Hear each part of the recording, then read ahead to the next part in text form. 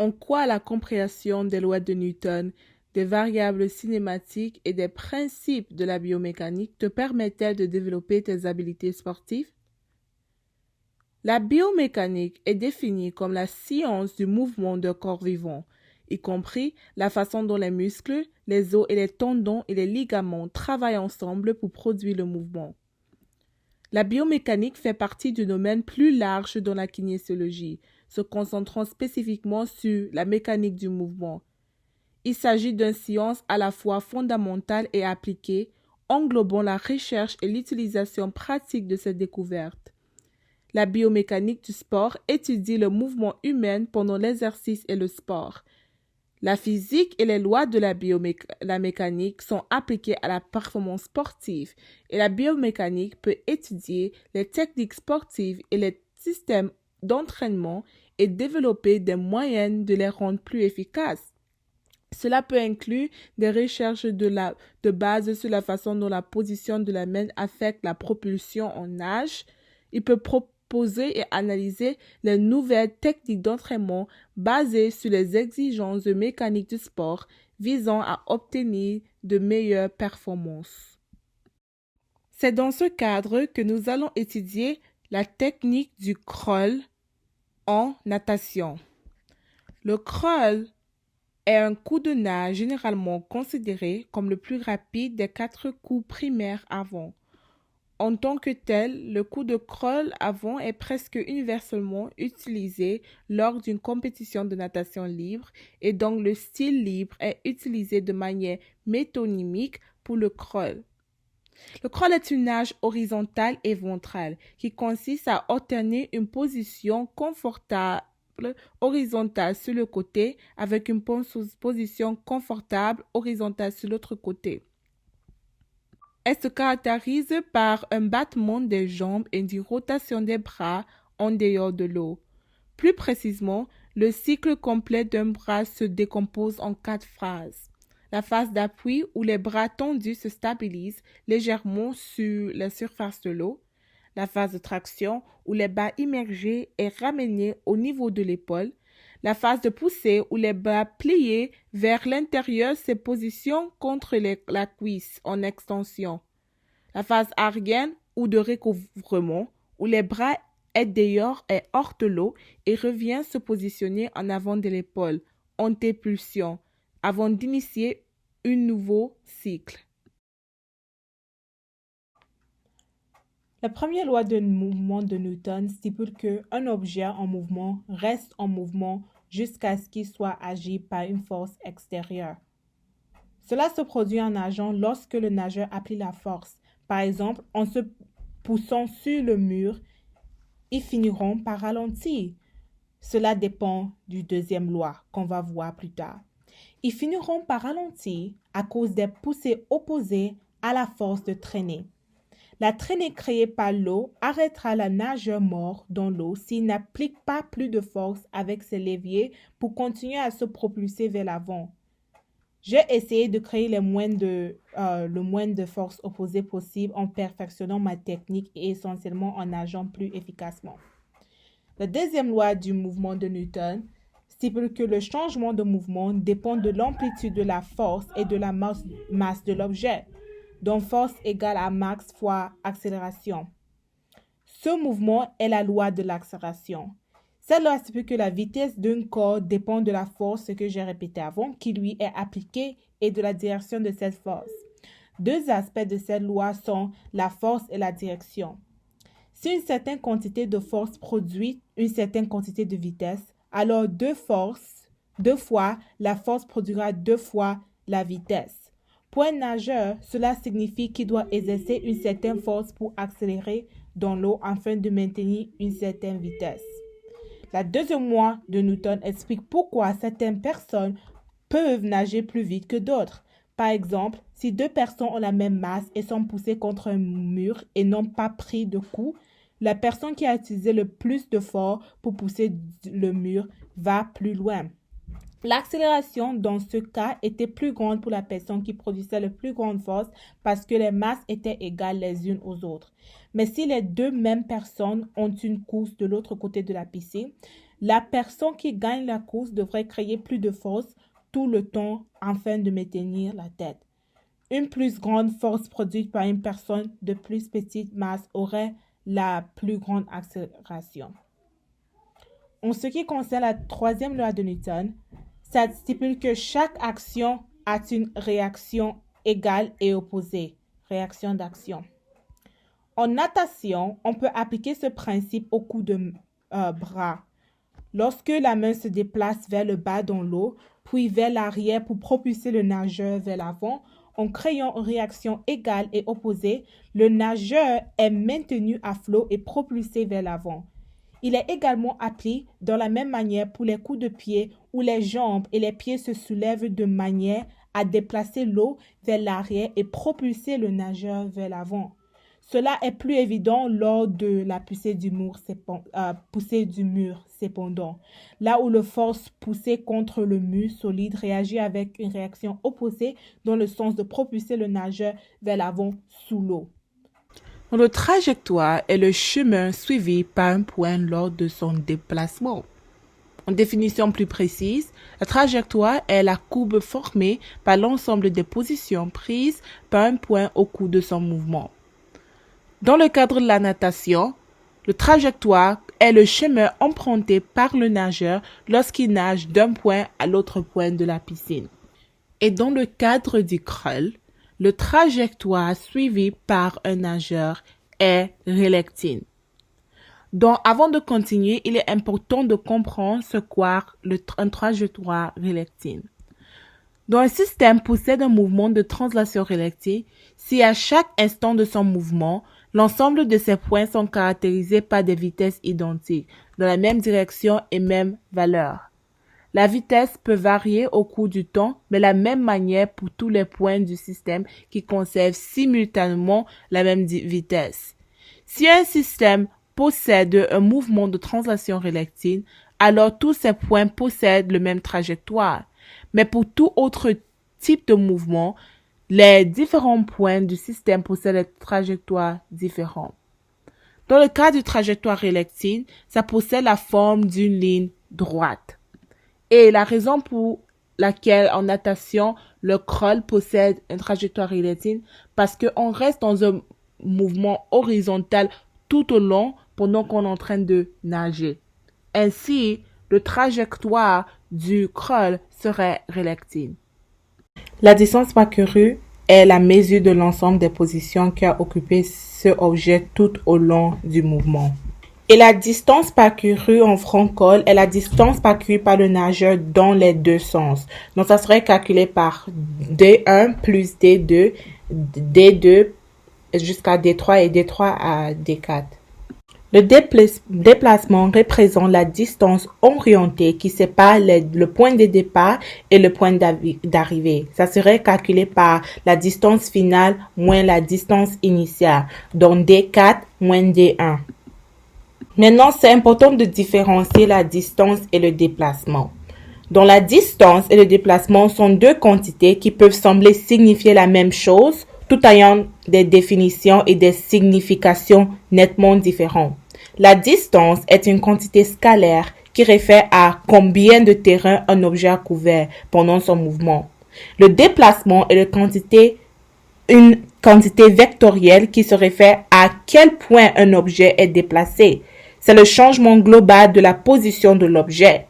Donc, le déplacement est simplement la différence de position des deux marques et est indépendant du chemin parcouru lors du déplacement entre les deux marques. La distance parcourue est cependant la longueur totale de chemin parcouru entre les deux marques. Prenons par exemple dans la natation. Disons que la distance de la piscine est de 25 mètres. La plupart des gens vont stipuler que la distance parcourue est ainsi 25 mètres. D'ailleurs, comme on peut voir, le nageur est allé d'un sens à un autre sens. On ne s'est pas contenté de nager dans la direction dans laquelle il est également revenu. Donc, nous calculerons pas simplement la distance de D1 à D2, mais aussi, on devrait aussi calculer la distance lorsque le nageur revient dans l'autre sens, d'où vient D3 et D4. Ainsi, la distance serait égale à D1 plus D2 plus D3 et D4. D'ailleurs, dans le déplacement, on calcule seulement cette distance de 25 mètres, dont la distance finale et la distance initiale. Ainsi, dans le déplacement serait être égal à 25 mètres. D'ailleurs que dans le distance parcourue serait être égal à 50 mètres. Dans la vitesse linéaire est la mesure de la distance concrète parcourue par un objet en mouvement. C'est la vitesse à laquelle un objet se déplace sur le trajectoire linéaire et en termes plus simples, c'est la distance parcourue pour un chemin linéaire dans le temps donné. Dans le cadre de la natation, c'est le taux de changement de déplacement par rapport au temps lorsque le nageur se déplace le long du trajectoire rectiligne. Les jambes et les pieds montent et descendent, générant une force et une friction dans l'eau, propulsant finalement un nageur vers l'avant dans l'eau. On peut déterminer la vitesse du nageur pendant qu'il fait le crawl. On peut diviser la distance parcourue par le nageur et le temps qu'il a fallu pour arriver. L'accélération est le rapport entre le changement de vitesse d'un mobile et le temps nécessaire pour effectuer ce changement de vitesse. Donc, l'accélération linéaire, c'est le taux de changement de vitesse par unité de temps sur une trajectoire rectiligne. Alors, on ne change pas de direction. Par exemple, lorsque la vitesse d'un aéronef augmente en suivant une trajectoire rectiligne. Ce aspect de la biomécanique en termes de nage est essentiel pour pouvoir se déplacer rapidement. Le moment le plus évident dans lequel on accélère pendant le nage est lorsqu'on se pousse sur le mur pour une nouvelle longueur. Lorsque la vitesse du nageur augmente, on pousse sur le mur pour commencer à nager dans cette ligne droite. Passer de ne pas bouger du tout à une vitesse respectable sous l'eau dans le silage est l'accélération nécessaire pour une longueur capitale. C'est pourquoi quand on voit en compétition, lorsque les nageurs ont nagé de un côté, pour revenir de l'autre côté, ils doivent pousser sur le mur puis recommencer à nager de côté opposé, ce qui augmente l'accélération. La vitesse angulaire est la vitesse de la variation de l'angle par rapport au temps. Dans le crawl, le bras se courbe en forme circulaire dans le cadre du cou. En natation, nous devrions regarder la vitesse à laquelle l'épaule et le bassin tournent. Ici, on doit prendre en compte la rotation de vos hanches, de votre torse et de vos épaules tout au long du grand axe de votre corps pendant votre cours dans le crawl. D'ailleurs, la vitesse angulaire est le taux de changement de déplacement angulaire et l'accélération angulaire, c'est le taux de changement de cette vitesse angulaire. C'est important de savoir que la vitesse à laquelle le nageur fait tourner son épaule détermine à quelle vitesse leurs coups seront. Ces coups vous permettent de propulser en avant. Ainsi, la plus vite le coup, alors le plus vite la rotation, le plus vite le coup, et le plus vite le coup, le plus vite le nageur sera pour arriver au point final. D'ailleurs, il y a nombre de facteurs qui peuvent affecter la vitesse de votre coup. Par exemple, la longueur du bras et les forces de traînée affectent la vitesse à laquelle nous pouvons réellement tourner dans l'eau. Il est donc important de savoir comment nager efficacement afin d'atteindre son objectif. En anatomie, un levier est un système rigide haut sur lequel agit une force musculaire pour vaincre une résistance dans la gravité, un objet, une force, en prenant appui sur un point fixe dans l'articulation. Il existe 3 types de leviers. Le levier de première classe, alors interappui, le levier de deuxième classe, interrésistant, et le levier de troisième classe, interpuissant. Dans le cadre du crawl, il y a les 2 leviers les plus utilisés sont un levier de deuxième classe et un levier de troisième classe. Dans le crawl, les leviers sont les choses à travers lesquelles la force est générée et sont essentiellement utilisés pour exercer cette force en poussant et nous propulser vers l'avant dans l'eau. La loi des leviers de Newton stipule que la loi des leviers est le produit de la force et le bras de force est égal au produit de la résistance. En natation, il y a 2 leviers principaux, les jambes et les bras. Les composants d'un levier comprennent l'axe, pivot, la résistance, charge, poids et la force ou l'effort. En crawl, le muscle du bras fournit la force et l'épaule est l'axe et l'eau est la résistance qui vient du bras pendant le coup. Chaque mouvement dans le course doit être optimisé pour augmenter la vitesse. Ceci inclut les mouvements préliminaires, les retours en arrière de la récupération, les mouvements produisant une force et l'instant d'impact critique et le suivi. En ce qui concerne le levier de troisième classe, c'est le levier le plus commun en anatomie. Et dans ce levier, la résistance et la force se situent sur le même côté du point d'appui et c'est la force qui en est le plus rapprochée. Nos bras sont utilisés dans un mouvement de circonduction où la moitié à travers le dos est la partie où le latissimus dorsi et le deltoïde postérieur travaillent ensemble pour tirer notre bras et nos mains, qui est le meilleur outil de propulsion dans l'eau, à travers l'eau. Le deltoïde antérieur, avec un peu de l'aide du pectoral, déplace le levier du bras en arrière devant nous pour la récupération de la moitié de la course. En ce qui concerne les leviers de deuxième classe, alors interrésistants, ce sont les leviers très rares en anatomie. Et dans ces leviers, la résistance et la force se situent sur le même côté du point d'appui et c'est la résistance qui en est la plus rapprochée. Dans ce système, la charge est la composante médiane et se situe entre le point d'appui et l'effort, comme j'ai mentionné avant. Et les exercices impliquant une flexion plantaire à la cheville sont des systèmes de levier de deuxième classe. Et ces systèmes ont tendance à augmenter uniquement l'effet de la force d'effort. En d'autres termes, ils sont efficaces pour surmonter la résistance plutôt que pour générer de la vitesse. Dans l'exemple de la flexion plantaire au niveau de l'articulation de la cheville, la plante du pied et les orteils sont les points d'appui. Le poids du pied est la charge et l'effort est appliqué sur le muscle gastrocnémien, qui est la même chose pour notre pied lorsqu'on est en train de nager.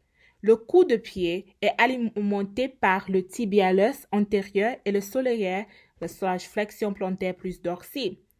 Et nos jambes nous permettent de nous détacher également du mur à la fin de chaque longueur, ce qui est une partie très importante de la nage, car cela peut vous couper quelques secondes en raison de la diminution de la traînée sous l'eau. Et encore, comme j'ai expliqué avant, la majorité des mouvements du corps humain sont classés comme les systèmes de levier de troisième classe. Ce qu'on voit lorsque les articulations du genou et de la cheville se plient légèrement lorsque elles se déplacent de haut en bas en réponse aux muscles moteurs et à la résistance de l'eau. Un conseil utile à retenir est que votre coup de pied vers le bas ne doit être aussi profond que vos hanches sont larges. Et l'action du coup de pied est alimentée par les quadriceps et les ischio-jambières, donc flexion du genou. La force nette est la somme vectorielle de toutes les forces agissant sur un objet. Lorsqu'un objet est en équilibre, soit au repos, soit en mouvement à vitesse constante, la force nette agissant sur lui est nulle. Une force peut provoquer les repos d'un objet, ou elle peut accélérer un objet en mouvement en modifiant la vitesse ou la direction de l'objet. Lorsque les forces sur un objet sont équilibrées, la force nette est nulle et il n'y a pas de changement dans le mouvement de l'objet. Et lorsqu'une force déséquilibrée agit sur un objet, l'objet accélère. Pour comprendre ou connaître si la force nette d'un nageur est zéro ou pas, on doit savoir les forces qui agissent sur le nageur. Il y a 4 forces qui agissent sur un nageur. La force gravitationnelle, donc c'est une force descendante qui dépend de la masse du nageur. La force de flottabilité, dont l'eau pousse sur le nageur avec une valeur proportionnelle au volume d'eau déplacé par le nageur. Et si le nageur reste à la surface, la force de flottabilité doit être égale à la force gravitationnelle. La force de poussée. Quelque chose doit pousser le nageur vers l'avant pour équilibrer la force de traînée. Dans ce cas, le pousser est une combinaison d'une nageuse qui donne les coups de pied dans l'eau avec ses pieds et la tire avec ses mains. La force de traîner. Au fur et à mesure que le nageur avance, il pousse l'eau. Cette eau repousse, produisant de la traînée. La force de traîner dépend de la forme et de la taille du nageur et de sa vitesse par rapport à l'eau. Si la force nette sur un objet est nulle, les forces agissant sur l'objet sont équilibrées. Et les forces équilibrées ont le même effet qu'aucune force du tout. Autrement dit, le mouvement de l'objet ne change pas. On doit comprendre ce qu'est une force équilibrée. Lorsque deux forces agissant sur un objet sont de taille égale, mais agissent dans des directions opposées, nous disons qu'il s'agit de forces équilibrées. Et un objet stationnaire reste immobile. Un objet en mouvement continue de se déplacer à la même vitesse et dans la même direction. Et dans le cas de nageur, toutes les forces seront équilibrées. Comme j'ai mentionné auparavant, la force gravitationnelle et la force de flottabilité seront équilibrées. Pour que le nageur peut rester en surface, la force de flottabilité doit être égale à la force gravitationnelle. De plus, comme le nageur se déplace à une vitesse constante, ce qui signifie que l'objet en mouvement se déplace en ligne droite, l'amplitude de la force de poussée doit être de la même amplitude que la force de traînée. La force de traînée doit d'une certaine manière dépendre de la vitesse du nageur. Ainsi, on vient avec la conclusion que la force nette d'un nageur est 0. En physique, le centre de masse d'une distribution de masse dans l'espace, parfois appelé le point d'équilibre, est le point unique où la position relative pondérée de la masse distribuée est nulle. C'est une position définie par rapport à un objet ou à un système d'objets. C'est la position moyenne de toutes les parties du système pondérées en fonction de leur masse. Dans cette image, on peut voir le centre de masse d'un nageur pendant le front crawl. La définition de l'équilibre statique fait référence à la capacité d'un objet stationnaire à son équilibre. Cela se produit lorsque le centre de gravité d'une pièce se trouve sur l'axe de rotation. Cependant, la définition de l'équilibre dynamique est la capacité d'un objet à s'équilibrer en mouvement ou lors de la commutation entre les positions. Pour continuer l'explication de ces deux types d'équilibre dans le crawl, il est important de comprendre la flottabilité. Donc, la flottabilité va de pair avec l'horizontalité. Ne pas pouvoir atteindre l'horizontalité en prétextant un manque de flottabilité est un argument trop facile. Ce qui compte avant tout, c'est l'équilibre dans l'eau. Il s'agit d'un équilibre dynamique plutôt que statique, puisque le nageur n'a pas pour vocation à faire du surplace. Cette dynamique est importante car elle va permettre même à ceux qui ont une faible flottation naturelle d'acquérir une bonne horizontalité, ce qui est nécessaire durant le crawl. En position statique allongée, les jambes entraînent le corps vers le fond, qui va alors se redresser pour se mettre en position verticale. Cette position correspond au point d'équilibre statique, le centre de gravité du nageur, là où s'applique le force de la pesanteur, c'est-à-dire le poids. Et sur le même plan vertical que le centre de flottation du nageur, là où s'applique la poussée d'Archimède. En position dynamique, le nageur va pouvoir nager en restant à l'horizontale, bien que le centre de gravité et le centre de flottation ne soient pas alignés verticalement. C'est le miracle de la vitesse. C'est un peu la raison pour laquelle le cycliste dont le vélo ne tombe pas une fois lancé. Dans la quantité de mouvement est une mesure de la masse en mouvement. Combien de masse est en combien de mouvements? Lorsqu'on nage et qu'on frappe nos jambes pour pomper de l'eau, chaque pompe crée une force d'action, ce qui permet à l'eau de créer une force de réaction qui vous pousse en avant en mouvement et vous permet de garder votre élan. Une autre chose qui vous permet de garder ton quantité en mouvement, c'est votre cycle de main et de bras lorsque vous nagez.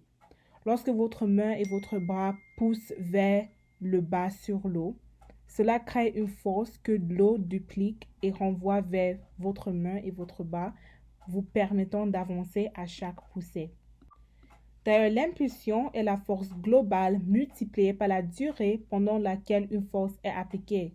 En d'autres termes, plus une force est appliquée longtemps ou plus l'accélération de la force est grande, plus l'impulsion et l'exécution de la force globale du produit dont l'habileté seront plus grandes. Par exemple, en nage, si le nageur laisse plus de temps pour appliquer plus de force sur le bloc, plus le nageur obtiendra de puissance et plus de plongée sera puissante.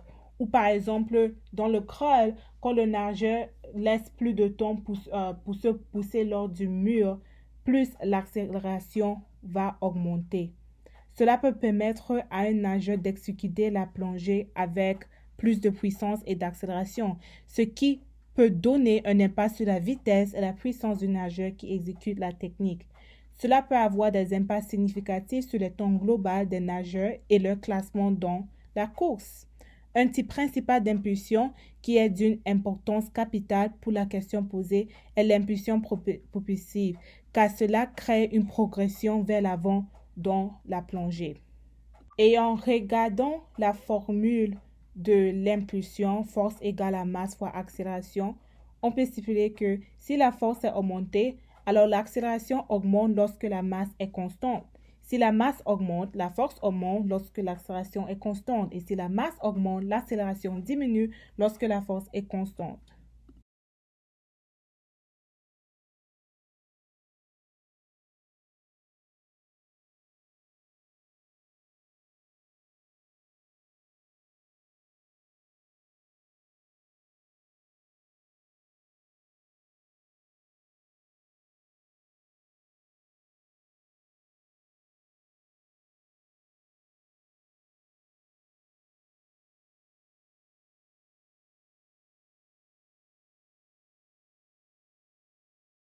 En ce qui concerne des erreurs dans mon technique, je dirais que comparé à la personne moyenne, j'ai pas eu autant d'erreurs parce que j'ai une formation en natation professionnelle et je me suis déjà entraînée auparavant. Mais une chose que on peut constater dans ma vidéo, c'est que mes orteils sont très pointus, tandis que celles de Michael Phelps ne sont pas aussi pointus. De nombreux nageurs pensent que garder leurs orteils parfaitement plats et alignés améliorerait leur aérodynamisme et ils glissera plus vite. Ainsi, ils pointent leurs orteils et les gardent ainsi, comme je fais. À son tour, cela fait que les muscles de la cheville restent tendus et rigides. Ce n'est pas ainsi que l'on fait une bonne natation. Les chevilles et les orteils doivent être flexibles et vous aider à donner un coup de pied et à prendre de l'élan. Une bonne synchronisation entre le mouvement de bras et des jambes est le clé de la vitesse et de l'endurance en nageant. Laissez votre corps bouger de manière fluide et naturelle et ne forcez aucune partie du corps dans une certaine position. Et je remarquerai que mon amélioration dans mon style de nage. Une autre chose à remarquer, c'est que comparé à moi, Phelps provoque moins de crachats d'eau, ce qui minimise sa traînée, le rendant plus vite et efficace. Une autre chose qui affecte la traînée est la mesure dans laquelle vous dérangez l'eau pendant que vous nagez. Plus vous créez de turbulences, plus vous constaterez que la traînée est un problème, ce qui a pu diminuer mon efficacité. Aussi, on remarque que Michael Phelps il glisse dans l'eau et donc gaspille moins d'énergie et peut propulser plus en avant. Il est clair ici que le crawl n'est pas effectué sur l'avant, mais consiste à une alternance de glissement propulsé des deux côtés par l'avant. Comme Phelps chevauche son bras gauche qui est étendu dans l'eau à un angle vers le bas, son corps poignardant aussi étroitement que possible à travers un petit trou dans l'eau. Sa tête repose sur son épaule, créant une vague d'arc derrière laquelle il est facile de respirer sans lever la tête ou de tourner excessivement comme moi j'ai fait. Cela est témoin de la capacité du nageur à avoir un équilibre dynamique plus efficace. Dans l'ensemble, en comprenant mes erreurs et comment les corriger, je peux améliorer ma technique et nager beaucoup plus efficacement.